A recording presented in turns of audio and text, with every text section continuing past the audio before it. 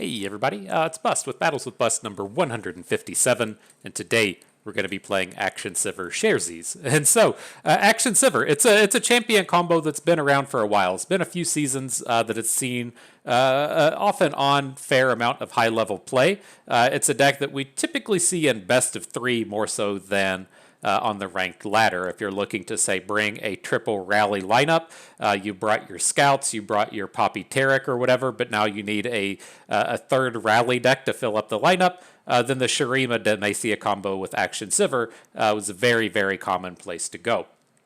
And the big kind of valuing factors out of that has a lot of really good early game. You can come down and control the board with challengers and actions and quick attack challenges with action and merciless hunters. Just lots of really good early board game control.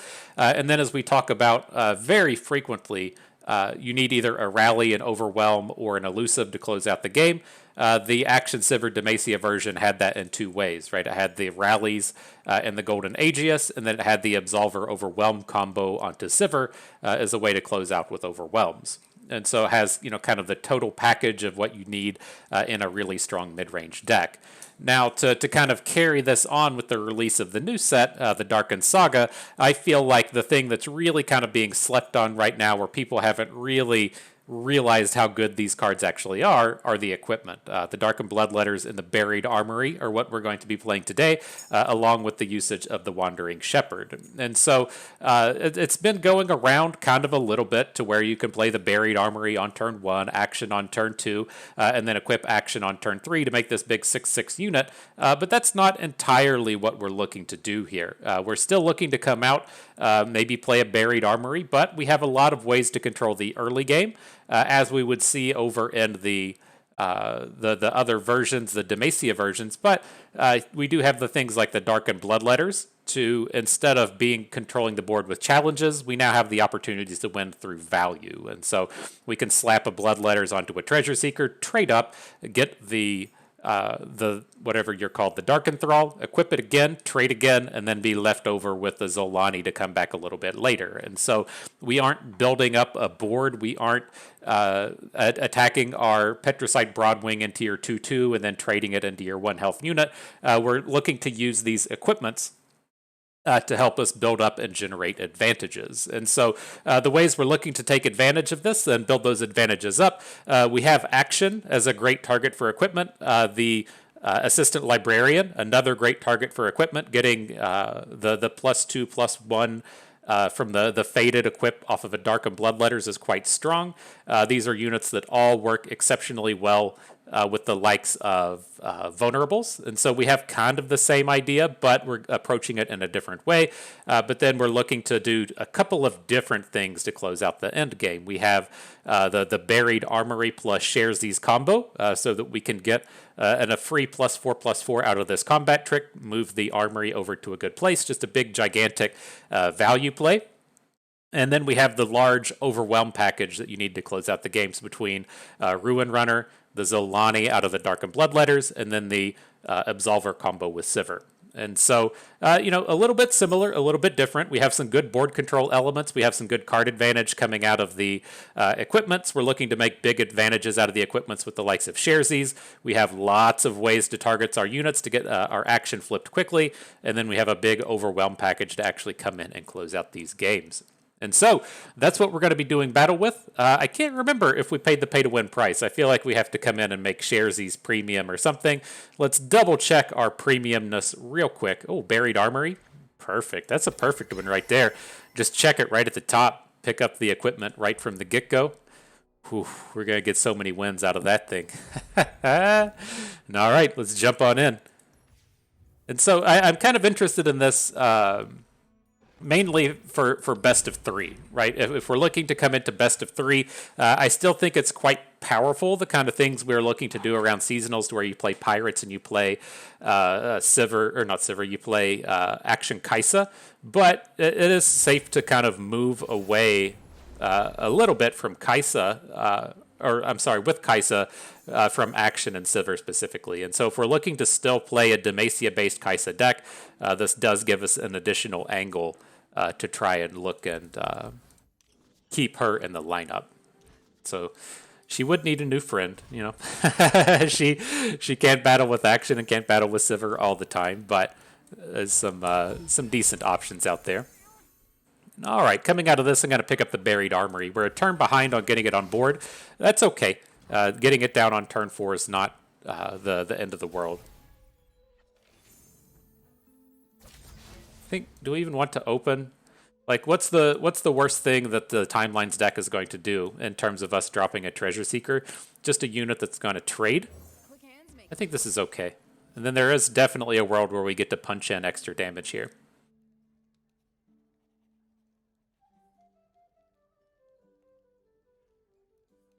We got the full combo as well. We got the Buried Armory. We got the Sharesies. We're ready to load something up with just a shitload of stats. It's going to feel good. Feels good, my man.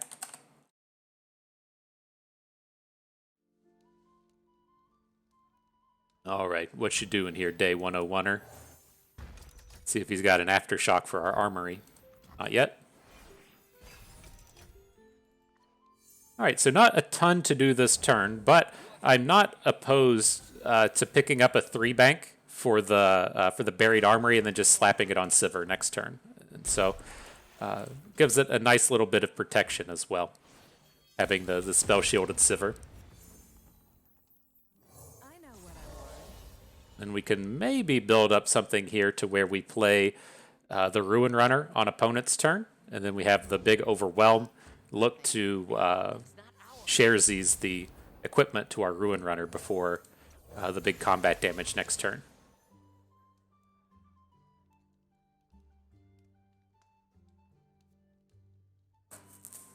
Need to get a Sivir flip, though. Uh-oh. That's a little scary. I don't want you casting spells on our Sivir. Please don't do that. Please and thank you.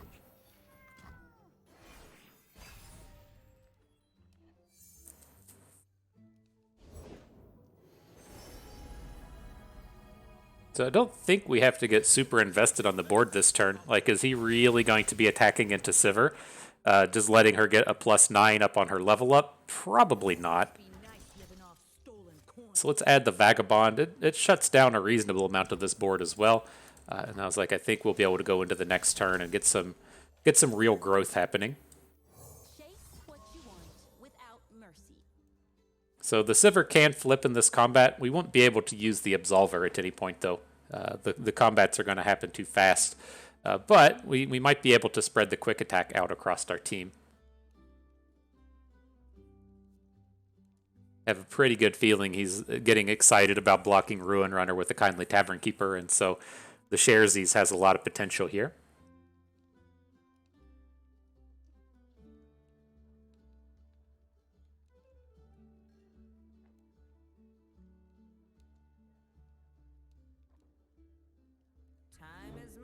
Time is money, bro.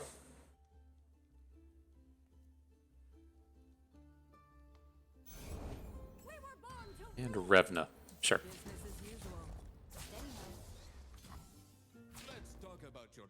There's that expected block, absolutely. He only has 3 mana left. It's not like he's going to hit us with a frostbite of some sort. One short of lethal, that's too bad. Too bad.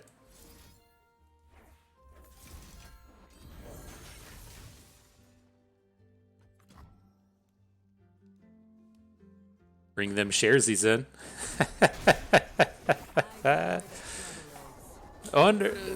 We probably would have never been able to get a lethal in here with Sivir. He's going to block her every time. It's tough when you see your opponent fall to 1 and then you have that idea that your Sivir was going to flip and maybe deal an extra point of damage, but it's kind of questionable.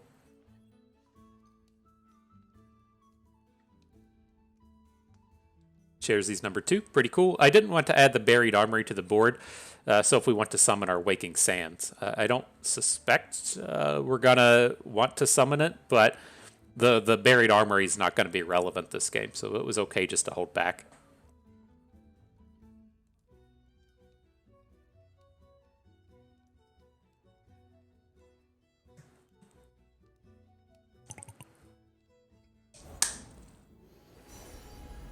you got for us, my dude? A combat cook? Our units are way scarier than your units. Let's see. We're just going to open next turn. I think we can go ahead and just drop a Waking Sands. Just shut down any idea he has of attacking with these cards. And then maybe we can punch in for the win next turn. I mean, we're going to have double Absolver and then be able to push a Sharesies to a small unit or something if we need to. This is going to be exceptionally tough for opponent to stop.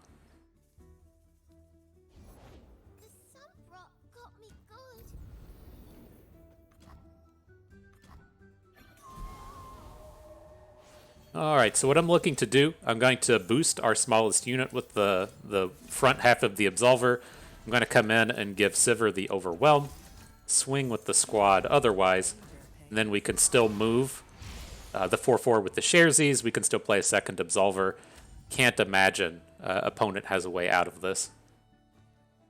We're not supposed to say can't imagine, but I have a pretty good idea they don't have a chance to get out of this. I mean, there's a realistic chance that we should have just gone ahead and played the second Absolver, popped our landmark, and then put the Sandstone Charger on the board as well. Like, that feels super all-in-y, but if he's playing something like Harsh Winds, I don't know. There's nothing that really comes to mind that he'd be able to stop that kind of assault with.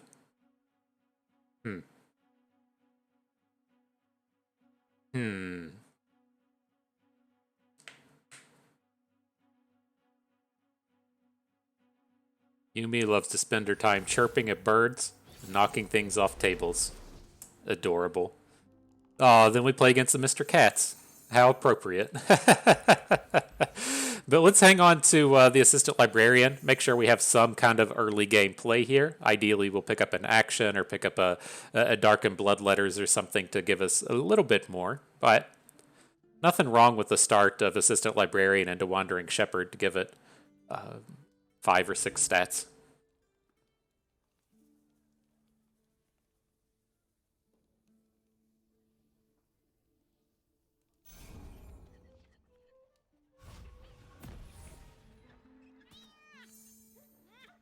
Ain't nothing wrong with it, I tell you. So what do we got? Boisterous Host. It has been dropped. Not going to get too much early interactivity going on here, but the Darkened Bloodletters would let us continue. Action turns up. Okay. If he gets killed by a Hate Spike, it's not the end of the world. Not even entirely certain if Katarina Gwen plays a lot of Hate Spikes. It's a deck I need to get a little bit more into our wheelhouse, but yeah, it's fine.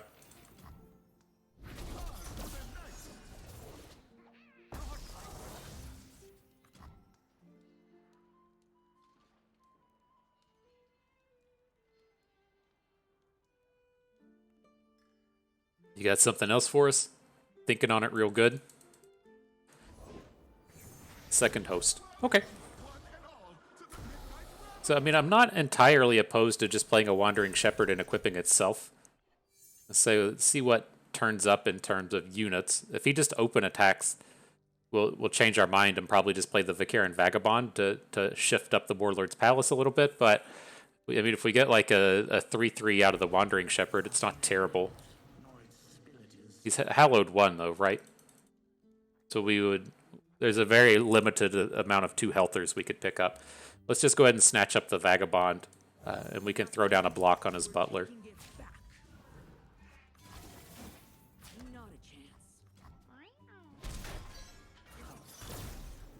Just struggling with mana by 1 this game. Pick up an Absolver. And I don't think we want to punch in the Merciless Hunter. I guess it's like okay. If his angle here is to play Gwen, then the Merciless Hunter seems fine. If it doesn't get to attack, that's kind of okay as well. We just need to get a little bit more board presence. We don't have like the bad units we need to shut this stuff down.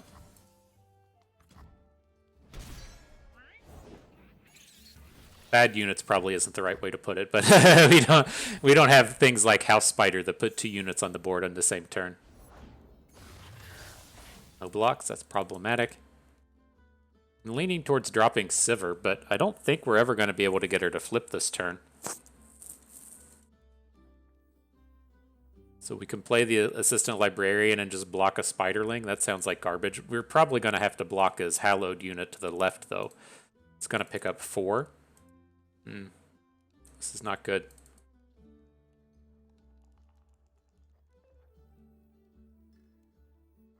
All right, maybe we'll hit.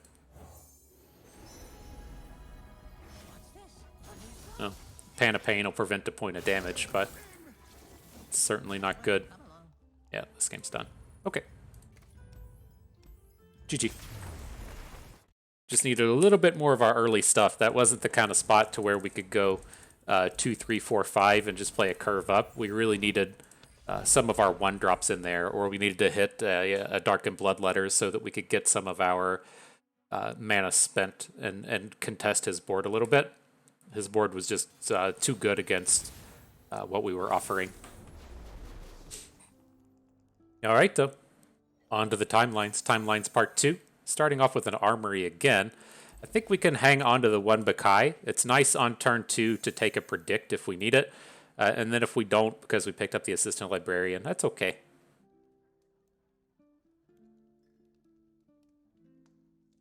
This is a hand that's kind of weak to Mystic Shot, but we still have plenty of time if he drops a... Even if he comes out and drops the timelines. We'll get to see how this goes. Like, if he plays the timelines on 1 and then plays a unit on turn 2 and is tapped out, we get to drop a Librarian and then immediately put an Armory on it. That gives us a lot of opportunity to get ahead and not worry about Mystic Shots. So this game might sequence out in a fashion that's good for us.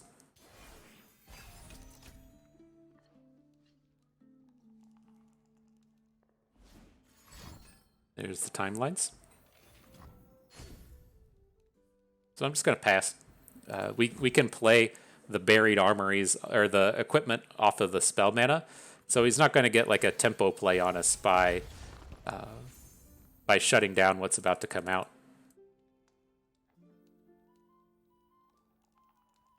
Got the book. Let's start our search. Right. So if his angle here is to Mystic Shot, then we still have the opportunity to play our 1-drops, and then if he's gonna just come in with units, this looks pretty good now. I help when I can. Shut up when I can.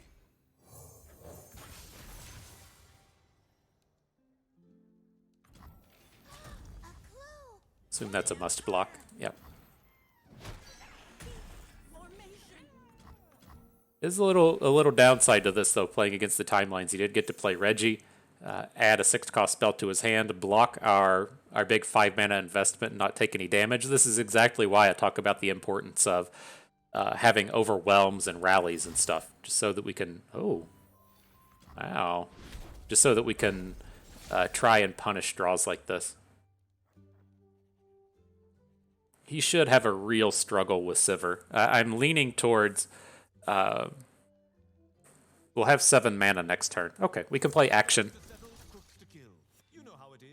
Then we can play Sivir, equip her with the Treasure of the Sands.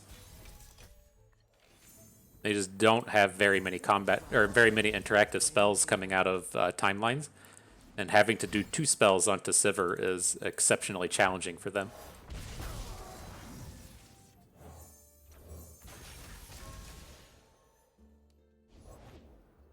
All right, Reggie Part 2. So we'll get to start dropping these Bakais. We're going to need to find the Absolver, right?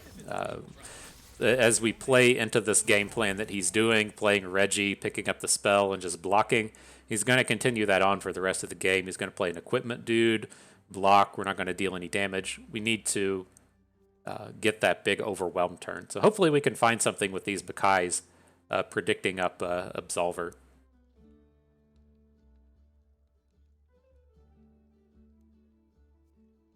She gets really close to flipping with all these stats as well. This 9 hits going to take us to 16 of 30. Time is money.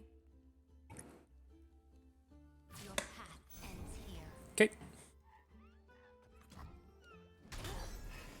The other thing we could potentially pull off is we add these little turdy units to the board is we could maybe vulnerable his only play off to the side and get a big Sivir hit in that way. But we'll see. We'll see what turns up. Very early game centric hand right now.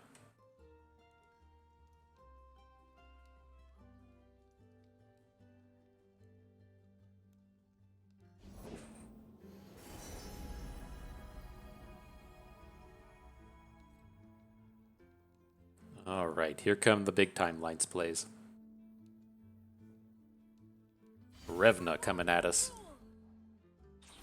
She flips into a 3/8. Okay, that's not too scary. Go number 1 with the Bakai. Like, how do we feel about Sharesies being big enough here? I mean, it's going to be quite strong. It doesn't get us the overwhelm that we're looking for, but it should get us to a Sivir flip. I think that's okay. So we'll play the Bakai, we'll play the Librarian, we'll play the Treasure Seeker. We're just not going to play a second Bakai this turn. Yordles in their portals. A little further. Bingo.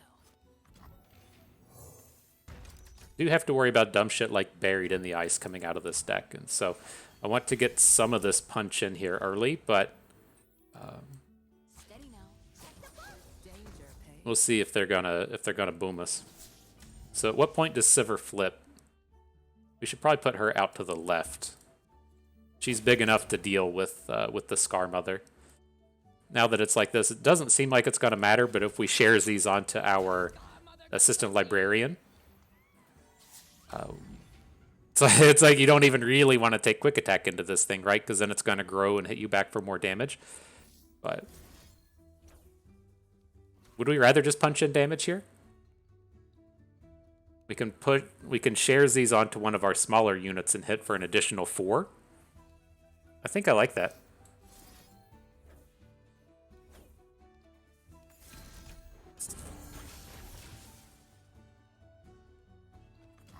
Right, we're going to have an additional Buried Armory to put back onto Sivir, so it's not like she's missing out on a lot. Or gold. I always get my share.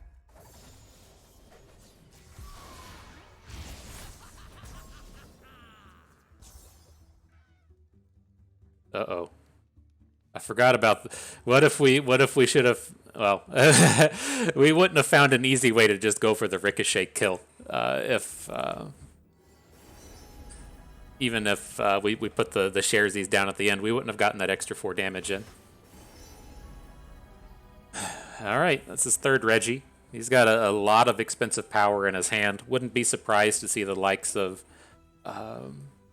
Buried in the Ices start to come down, but it's like, what are you supposed to play around here? Like, what if his 6th cost spells are we really gonna try and find a way to go after? It's just too much to worry about. That was a pretty easy absolver. I don't know if you saw the predict, but that's exactly what we're looking for to close this game out. So it looks like he's going to 3-bank. He can Buried in the Isis next turn. Could not care less about the Warlord's Palace.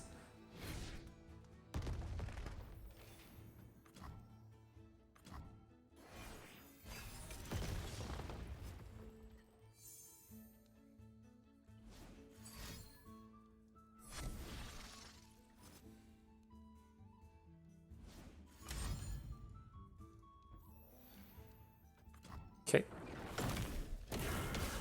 It's going to grow his Virna a bit as well. Oh, and we lose our Spell Shield on Sivir? That's not bad. That's not bad. I'm going to play the Waking Sands. We have to open attack next turn. We can't fuck around with this stuff. So if he wants to attack, he can attack into the Charger. It's like if we go into next turn and he hits with a Buried in the Ice, we're smoked. Okay.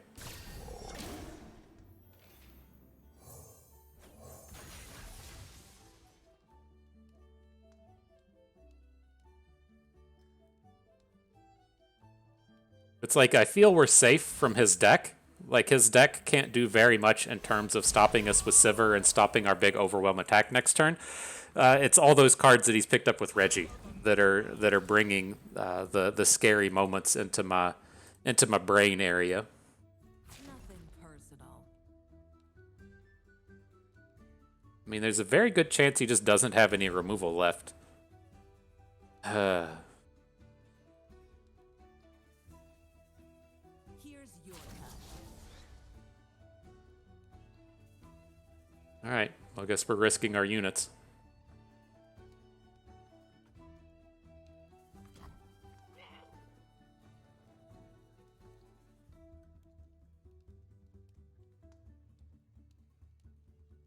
The risk has been made. Risking it for the biscuit. So we're going to take these units down. I'm going to go ahead and ricochet after that. I don't have any intentions whatsoever of this game going beyond our next attack. If we don't win this game on our next attack, this game's just done. His deck has done way too much of what his deck wants to do. And so this counts as basically 5 damage, right? If he wants to block something with Virna,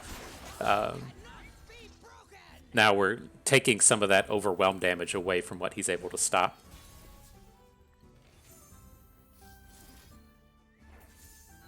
But let's get everybody up to 1 health. What he could have there, I'm not entirely certain, but good job. Good enough to boom him. Another victory to fill the coffers. Another victory to fill the coffers.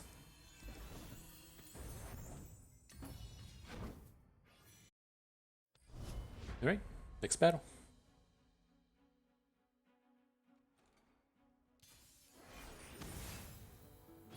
All right, more Gwen.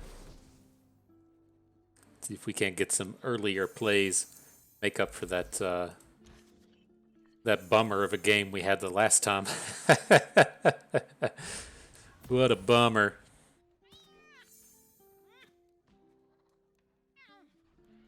The thing. I did say I wanted to see the Let's see. wonder. Okay. Says I look right fierce. Got us for 1. I think we should be fairly safe here with the Librarian. If he wants to hate spike away his Sentinel, I think that feels like a win. I don't... No, even before he played the House Spider, I was going to say I don't feel like this is the kind of spot where we want to attack. I don't want to lose, like, have him block with the Sentinel and then just get us with a Vile Feast. That doesn't seem too awesome. But we'll put in a block. If he turns out to have a removal spell here, it's not that bad. He would need to have a like Vile Feast in the middle of combat or a Hate Spike in the middle of combat, and not so much have a post-combat trick. Now, what can we pull off with our Sharesies here? It's like I kind of want to drop the Librarian just to start to move this stuff over, but I don't feel like that's going to be ultra successful.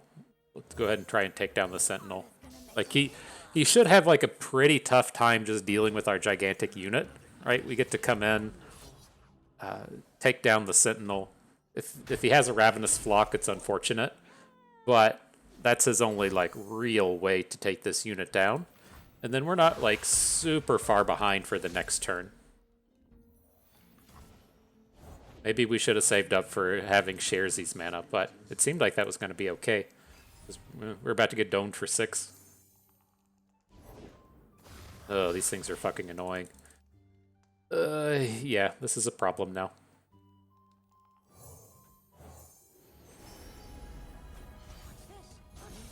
It's like we pick up these Pan of Pains and it's just not good enough to block any of these.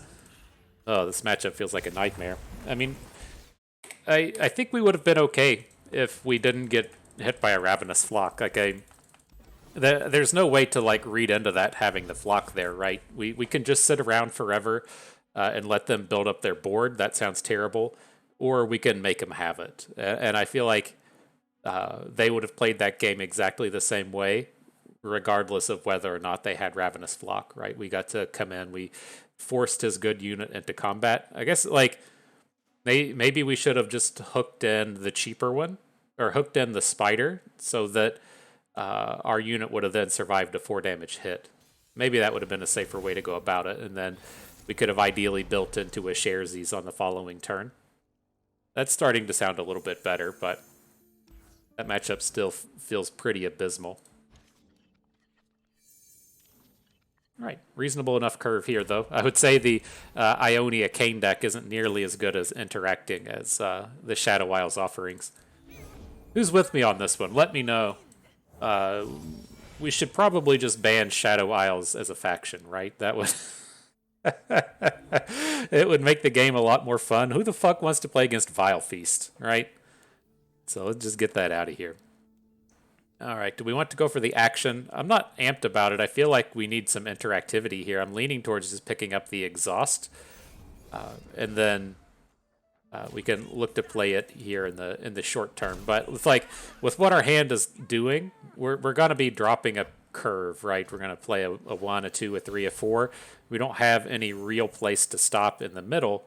And so I think we're good to just pick up exhaust and see how it goes. Now here, I think there's a non-zero chance we get to play Assistant Librarian and get a good attack with it. Not so much now that he's played the Eye of the Dragon, but there's a really decent chance that they just don't have an early play to stop the Librarian, or they have to throw the Shimon Wind into the Librarian just to keep us from drawing a card. But reasonable enough to pass here. Get an exhaust in next turn.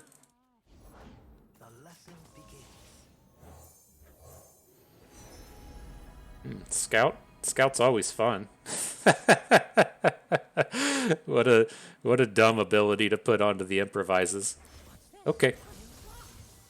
We can probably pull something off with that.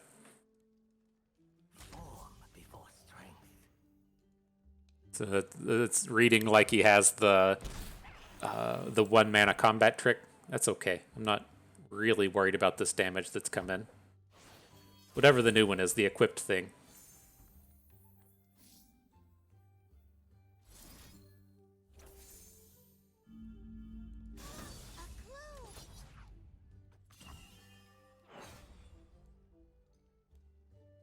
Get wrecked, Master Yi.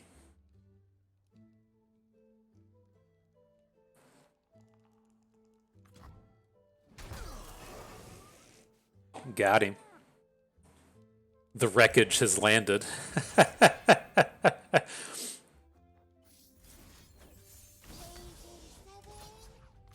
Cool.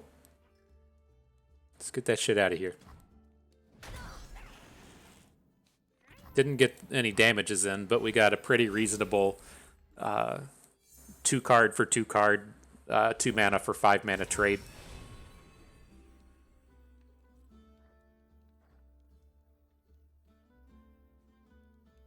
All right, now it's slightly awkward. I'd like to get some of this stuff happening onto Sivir.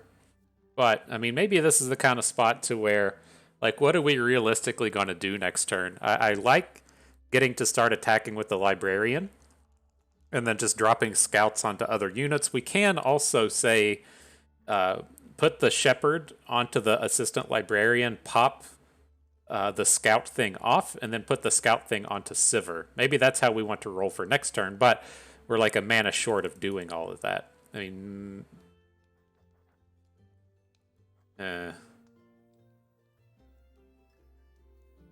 Well, we could just add Sivir, right? We're not losing out that much here. And if he has a Cane or something to come after Sivir, ooh, maybe that's a little scarier.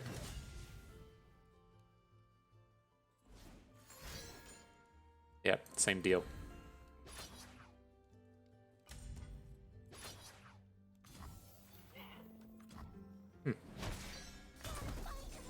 Just doing it for us, huh?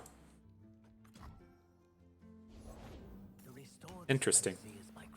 I feel like we fucked that up, but he fucked it up way harder. And so that makes things okay, right? As long as they fuck it up harder than we fuck it up.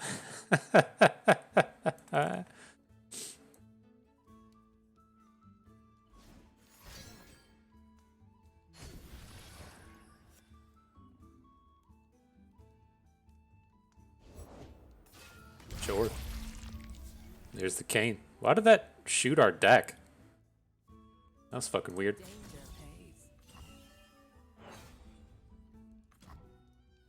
Alright, nice Sivir attack coming in. So can we ever get Sivir to flip this turn? Right, we got like 6 mana worth of plays that we can do. She's a just the Sivir herself strike is gonna take her to 23. Then we would need 7 on top of that. Sure, we can pull this off. Must be nice living off stolen coin. Finally come in and start to level up our Warlord's Palace. Don't need spell mana at this point. We're just done on board.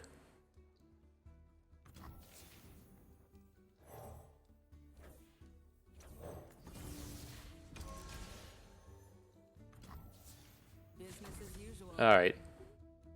So we need 7 behind, right? Rob 'em blind. I just do it like this. It's only going to be protecting our 30 units down here, but I'm fine if our equipped units die. We're in a pretty good spot, too, to where if we, say, have one of these dum-dums live, and then we get to play Ruin Runner next turn, and then the Solari, whatever this is, Zolani, 2 turns from now, just have this giant Overwhelm board. I think that looks pretty good.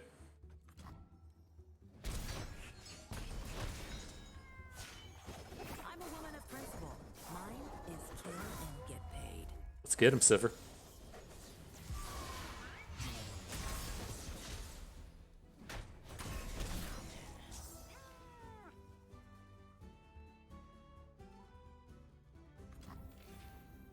And then I guess if we like really wanted to, we could just fuck around with these equipment and just get a bunch of stats, right? We can put like Darkened Bloodletters onto a Vagabond and then cycle it back into play or something. We have some options in those terms as well, but let's slow our roll on that just a little bit.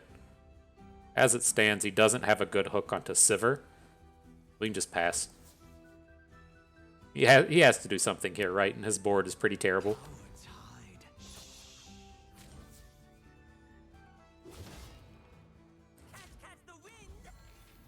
Okay.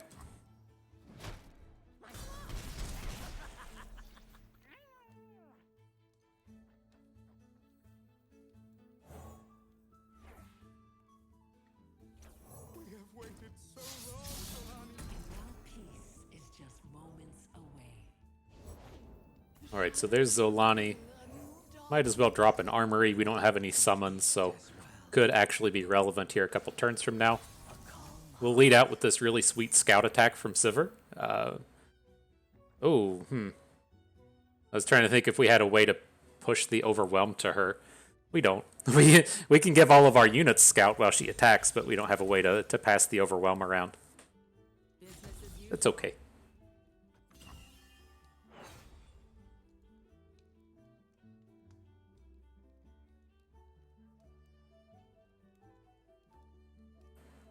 It is one of the nice perks of some of these equipment to give Sivir some of these bonus abilities, then spread it out across the team. We don't have brass knuckles or whatever the one is called out of Noxus. So what's this? He kills a unit in the back line. That's okay. We can still come out and replay the equipment from the Vagabond.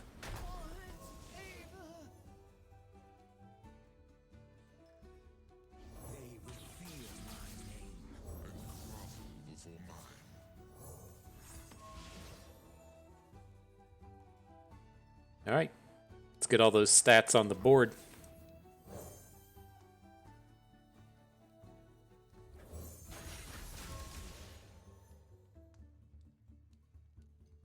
That looks pretty good, right? That's not a bad board. If he had a trick, he should have just played it, right? Now we're going to get the spell shield onto the Zolani. If he had, I guess the strike from Dum Strike, whatever it's called from this faction, the equipped unit strike thing wouldn't have been big enough to kill our Zolani. There's the momentous choice we knew about from an hour ago. Sure. Looks like we still got a lethal. Good job, team. I'm proud of you. I asked you to try hard and you did it. Carried us to victory.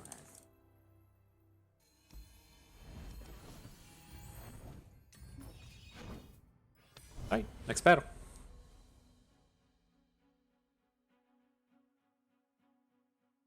So remember, it's okay to fuck up. Just fuck up less than your opponents. the that's one of the kind of concepts I don't think really gets enough credit. It's something that you really come across a lot in poker.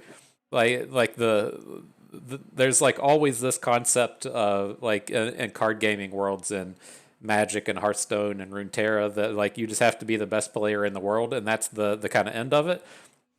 And I get where that kind of comes from. There's just you can sit around and like grind the ladder, or you can sit around and play tournaments or whatever. But you don't have that same kind of thing in poker to where you can go and sit and play in a cash game, and the betting structure is varied, right? You can go and sit in a $1, $2 game. You can sit in a $10, $20 game. You can sit in a $100, $200 game. And there's no like kind of differentiator in the levels of skill between, right? There's if you have a 10-20 game, that will be full of fairly serious players, but there's also a large portion of the world that can just go and drop 10 grand on a night and it doesn't mean anything to them. And so those people will also be sitting in that game. And you don't quite get that kind of concept in the games like Runeterra, to where it's just you're the best in the world or you're not. There's no kind of like differentiator between, well, I'm I'm playing in the 1-2 game because I know I can crush it, and then I'm going to go play in the 2-4 game as a learning experience. Like there's no thing like that ever happens. And that was like one of the things that I picked up on like fairly quick. It's not about being the best player in the world. It's about being better than 3 or 4 people at the table. And it's so odd that kind of concept doesn't translate to any of the other games, but it is what it is, I guess. I'm curious if there'd ever be a world to where you just play money matches, right? You get to sit down, you get to play a game of Legends of Runeterra, and the winner gets $1. Or you can play in the higher level ranks to where you play a game of Legends of Runeterra, and the winner gets $10. Riot has to absolutely hate the concept of that. They're not allowed to tie the concepts of gambling in with their game. They have to do everything they can. Like I am like 95% certain that the reason we see let's get a block in. I'm considering if we want to block with action, because action will deal more damage for our Sivir and tick down the Warlord's Palace, which we're not going to flip with next turn. I think this is okay just to prevent with the Shepherd. But no, like why Runeterra does the wild card thing, right? You buy gems get you wild cards. You don't buy packs. The same thing with Hearthstone. Hearthstone just changed from a system that you can't spend the appropriate amount of money using Blizzard bucks to get an avatar. Now you can break it down into a smaller microtransaction. No, they're doing that to get away from the concept of loot boxes. And that's a problem that Magic the Gathering is also running into. But everything that they can do to get away from gambling. But that's kind of an odd thing how it makes things kind of branch out in terms of the kind of play skill of the play rate. You would definitely have a different world as to where if you were playing matches for money, you would start to see that kind of differentiator between $1 doesn't matter to me, but $1 matters to you, and then the kind of thing of the just playing at the highest level and the highest level players playing at a big dollar amount. The other thing that you always have to consider is it happened in StarCraft. I don't remember at what point exactly it was a thing, but we're in the same spot. This is so bad if he has a combat trick. I think we're just going to come in and block to try and flip our Sivir.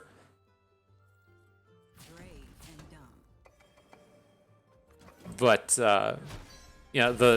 the exchange rate for money is different depending on where you live, and so there was a hang on, I gotta stop and contemplate real quick. There was a this how we want to do this? This protects all of our units, right? Everything should now have quick attack in the face of sparring student.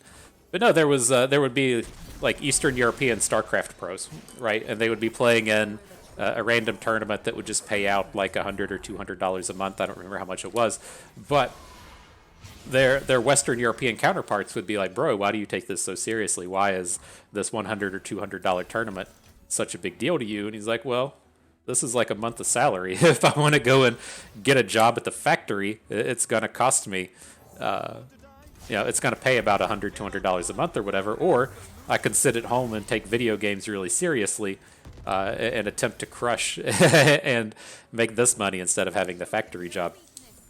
And so that's another thing that once you're in this kind of worldwide audience, that the concepts kind of spread themselves out a little bit and don't exactly apply in the same kind of manners. How close are we to reputation here? I gotta get off this topic. I'll talk about this all day, but I'm curious if we're gonna run into a spot to where we can just pick up a Sivir and then drop a Ricochet. I kind of like it because our blocks are starting to look pretty bad. I mean, we'll just outright win this game if we survive this turn, but I think we could pick up Sivir and look to Ricochet. Maybe we've struck enough. Oh, that's just gonna go away. We did put it on top.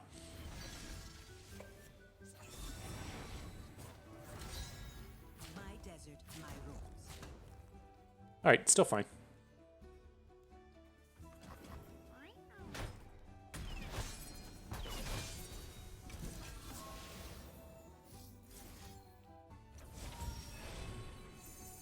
Don't want any of these, all kind of useless.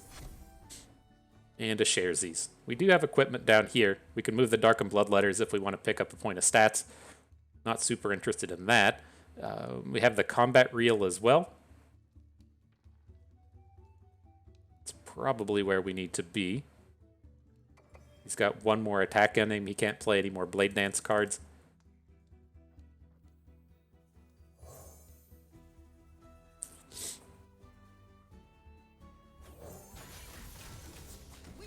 Okay, we can throw away a lot of these units, right? But Ruin Runner and Sivir are the big ones to keep.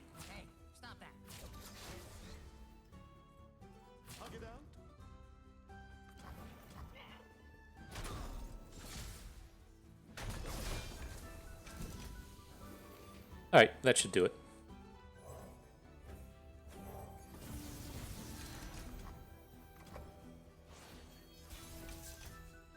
Let's get into battle, my friends.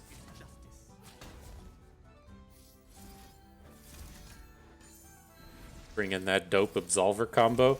Oh man, we could even share these here and pop the Warlord's Horde. Sure.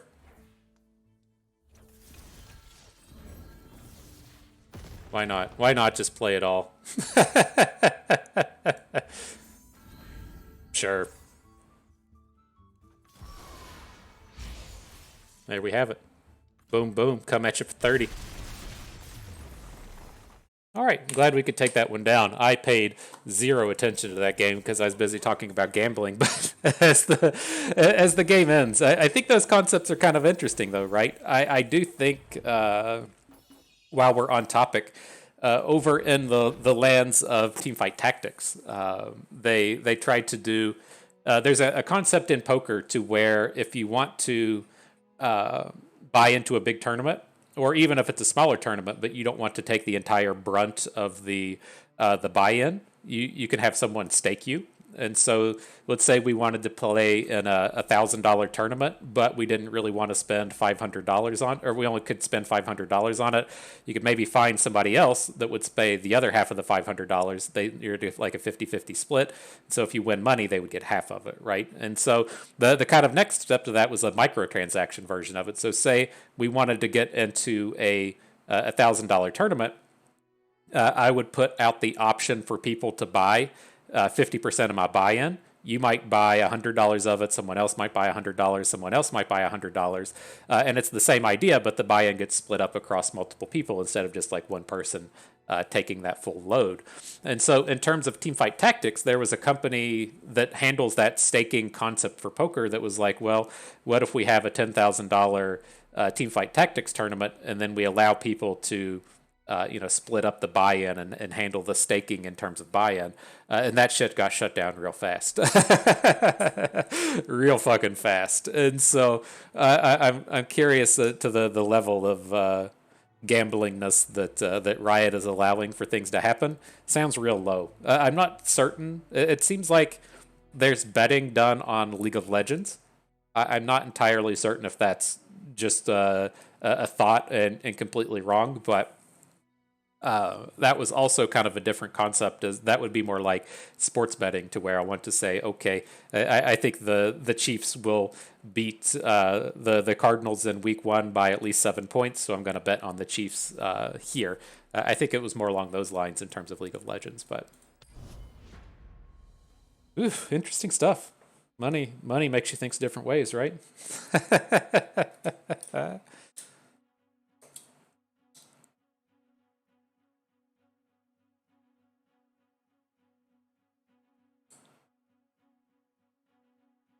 Okay. No more gambling talk. Sports betting just got legal in Kansas as well.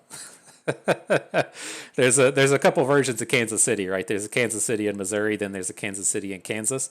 You can't sports bet in Missouri, but you can sports bet in Kansas.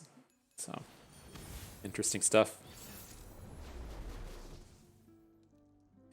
All right. Back to the action. Our action up against another action. We're on the even attacks. Let's hang on to this Merciless Hunter. So if we find ourselves in a spot to where we play action on turn 2, Merciless Hunter on turn 3, we can potentially get a quick attack challenge into our opponent's action, right? So if we play one of these bros on turn 1, what do we get in the predict? Not really anything I'm looking for. We don't need the early game plays. Ruin Runner is a little expensive. We don't have any equipment. We'll just go ahead and skip over this.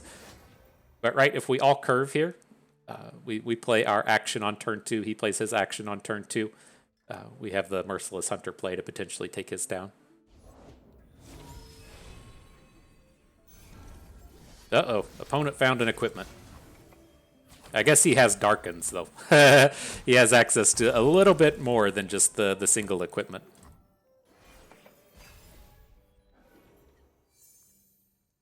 All right, not a bad curve.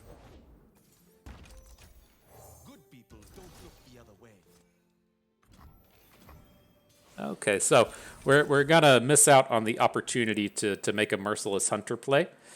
So how hard do we want to push this? I'm not worried about too much here. I think we can add a bunch of units to the board because he can't play Kayn, right? The big shutdown for action here would be Kayn. He can play a rando 3/3, which we would have to give some pause to, but I think most of his units here are fairly manageable. Do we want a Buried Armory at this point? I think it'll be okay. We wouldn't get it until 3 turns from now, though. Right? We have to draw it next turn, then wait 2 turns on the thing to happen. But if this game starts to turn into a grind fest, we're gonna need it. Right? He's gonna have his stats next turn. I feel like we need to be the aggro at this point. And it has a lot of good potential here, and especially with the Sivir and the Merciless Hunter. I kind of see this now going down as he's probably going to play a unit, try to put that big equipment onto the unit. That's pretty slow. Oh my gosh. Is he really just going to let us tempo him here? Okay. Now we're in a spot to where we can just like Merciless Hunter at will. What did you expect? You passed with 7 mana and we were going to overbank 1. Was I supposed to like put a unit on the board for you to hook in? Fucking please, dude. Okay. Maybe he misclicked. All right, though. Our final battle is upon us. A nice collection of games here. We've faltered against the Katarina deck, but pretty decent against all these Kayns and all the other rando decks we're playing. We beat Timelines twice, and so let's see how it goes here. Our final battle up against the Gwen deck. We got a little bit more early game here, so maybe that'll amount to something.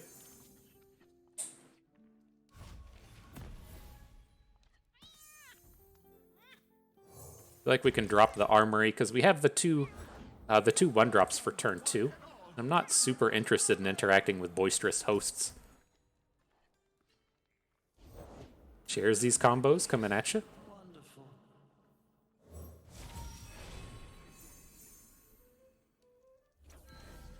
Let's pick up the bloodletters here. The thing I'm looking at now is we can trade with the butler. So we aren't just getting completely domed. And then we still have the mana next turn to immediately drop a Sharesies onto Treasure Seeker. And then that will protect it from, or I'm sorry, drop the equipment onto Treasure Seeker. That'll immediately protect it from cards like Vile Feast. And if he passes, we'll pass. Not a particularly exciting board to get involved with. Do we want to... I think we kind of learned our lesson, maybe. Let's let this turn go. Not just immediately lose our unit to a Ravenous Flock. If we get into combat and get to stop something, and then get Ravenous Flocked, I think that's okay. But I don't want him to be able to kill the Treasure Seeker on opponent's turn.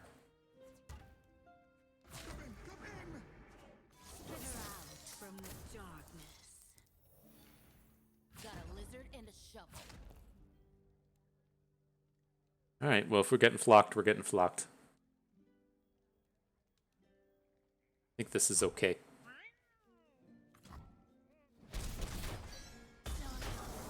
So young.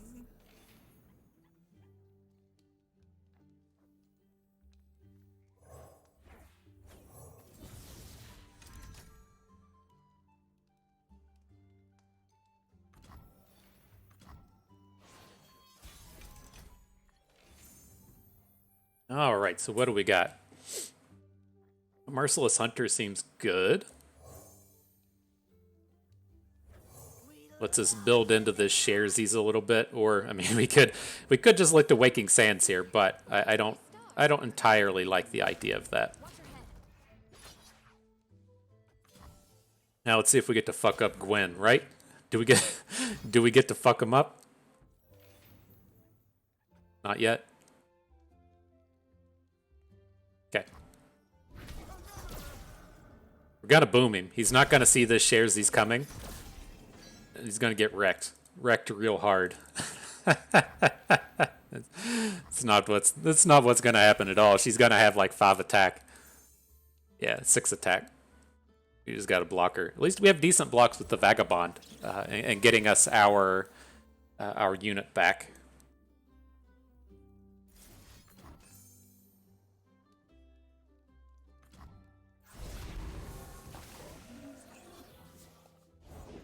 No going back. Arda's gonna make a meal of 'em. I shall eat my Okay, that wasn't too painful of a turn. We're gonna get injured a little bit, but I think this is recoverable. This is the one with the darkened bloodletters, like the Vagabond. So let's block the big one. We got it first. Get a block in on the spider. Then we only take the hit from Katarina. Okay. No need to share these just yet. This still feels pretty terrible. Not gonna lie. NGL, bro, this does not feel good. But we'll do the best we can.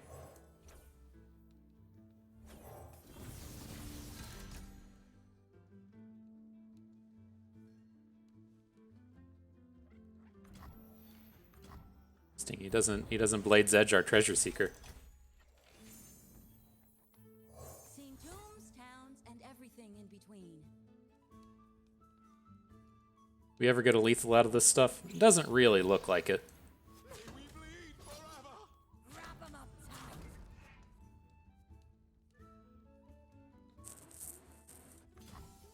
Okay.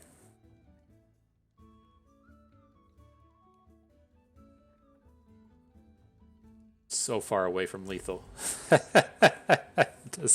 It does not feel good. It does not feel good.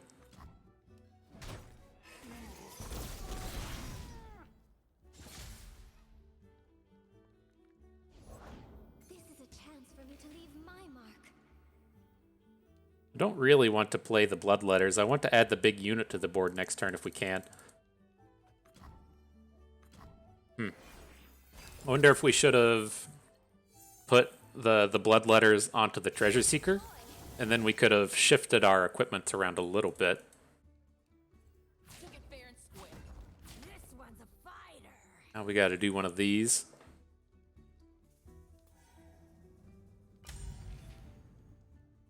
It's unfortunate not having units left in our hand, and he's got Katarina ready to fuck us up. Okay, GG.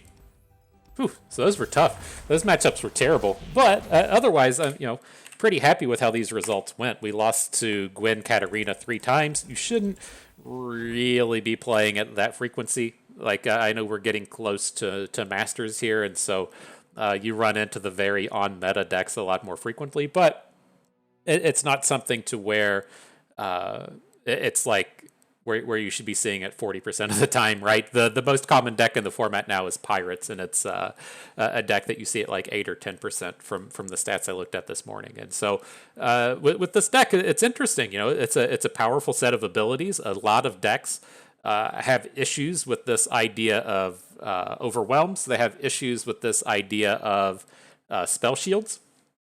And so you're able to come in and pick on a lot of decks. And so we didn't get to play against something like Darkness. But Darkness has a lot of issues with this kind of thing.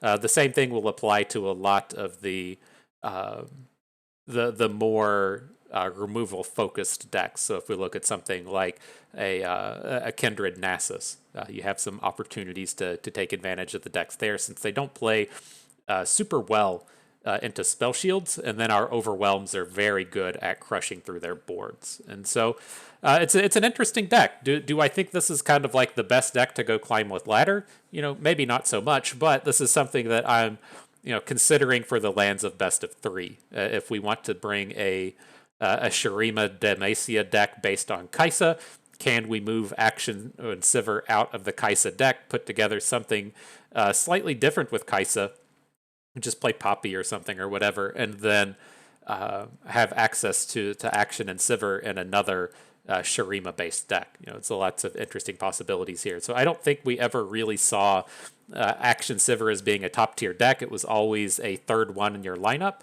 And this is another kind of interesting take on it. But the other kind of thing I've really been hoping to drive home over the past few videos, and this one, and our Scouts one, and the Zed one before that, the equipment are just extremely strong.